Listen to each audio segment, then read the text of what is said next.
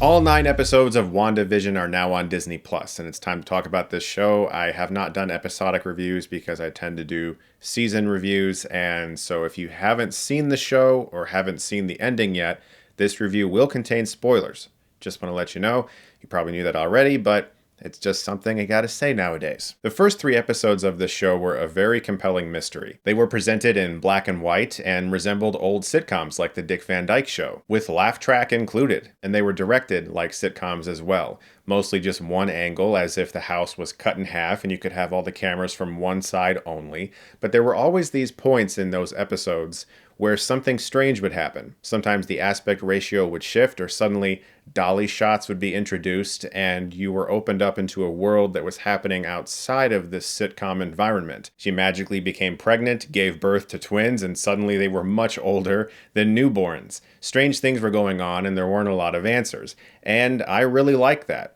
I admire a show or a movie that can string you along as a viewer for a long time. I do not need answers immediately, as long as there are some answers in sight. Still, the show faced a bit of an uphill battle for me because I don't like sitcoms that much. There were some I watched when I was younger, but in general, I can't stand them. I hate laugh tracks, but I did appreciate that the show was paying homage to them, and it wasn't just like a complete recreation of something. It was sort of knowingly tongue-in-cheek, especially with the commercials that appeared in each sitcom-based episode that had advertisement for a fake product of the era. Those were very funny. But soon enough, we begin to realize what's going on behind the scenes. Wanda has created, in her grief, town, Westview. She's turned everyone there into walking robots. She's using her incredible abilities to control all of them to create a sitcom that's being broadcast to people on the outside, members of S.W.O.R.D., where Monica Rambeau, Jimmy Woo, and Darcy Lewis are trying to help S.W.O.R.D. figure out how they can break into this town and save all of these citizens from Wanda's control. So the Vision that we're seeing is obviously not the real Vision, because the real Vision is dead. So she's done this in her grief as a way of coping with everything that's happened to her. The death of her parents, which we get a flashback to, the death of her brother, and then the death of her lover. And so it's obvious that Wanda is very damaged as a person and probably needs some therapy. And this ain't it, but that's what she chose. Once I learned what was going on, I'll admit that I just wanted them to go back to the sitcom world. Even though I'm not a big fan of sitcoms, I think Elizabeth Olsen and Paul Bettany are marvelous in this show. They're so fucking good, especially Elizabeth Olsen. And this is where the show suffers a little bit for me, because the sword sequences I found pretty routine. Those sequences were enhanced so much by actors like Randall Park, who's amazing as Jimmy Woo, and Kat Dennings as Darcy, a character I never really liked all that much in the Thor movies, but here fits in really well and is an extremely likable presence. But also Teyonah Parris, who plays Monica Rambeau, who goes through a lot of changes throughout this show. Those actors kept those sequences watchable, but I never cared about what was going on at S.W.O.R.D. It felt like the MCU had suddenly broken into this very obscure MCU show, and I never really appreciated that. I always wanted them to go back to Westview and experience the whatever weirdness Wanda was creating in her mind. I watched a lot of Malcolm in the Middle back in the day, so I obviously liked that episode, and I appreciated the Breaking the Fourth Wall one as well. And whenever the show was sort of freed from the constraints of the MCU and freed from the restrictions of having to be a show that is within the continuity of other movies that will come later, that's when the show really shines.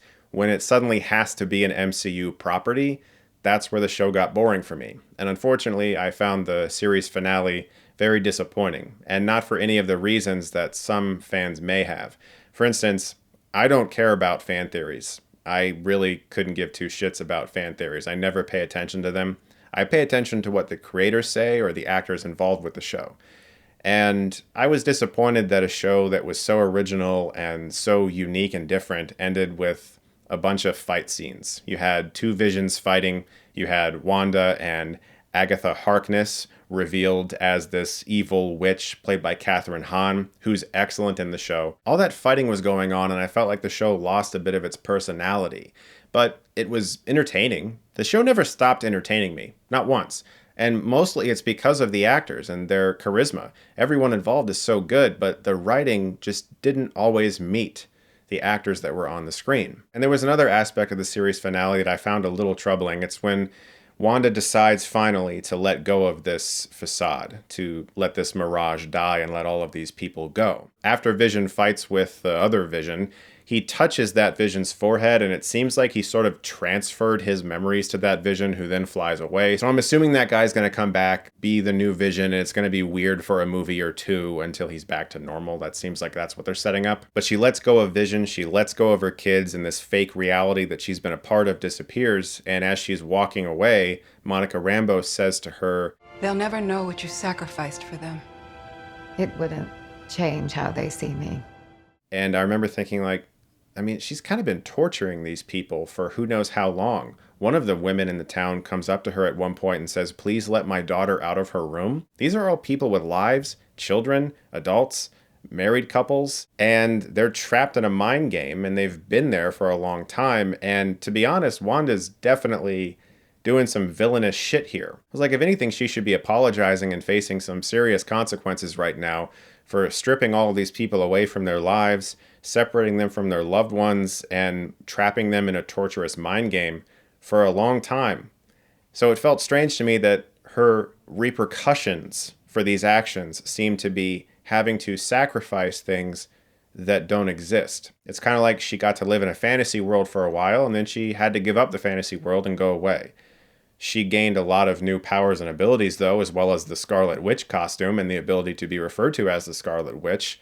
So it felt like she was almost rewarded for doing some really fucked up things. Now, if the following films, or if they ever decide to make a season 2 of WandaVision, ever explore the complexities of a hero doing something that villainous and how much that destroyed their psyche already, even though Wanda's already a grief-stricken mess, that will be interesting. I just don't think that this show really came to terms with everything that it was building up, and it sort of ended in a very lackluster Marvel CGI fight. The other thing I want to talk about in the show is Evan Peters as Quicksilver.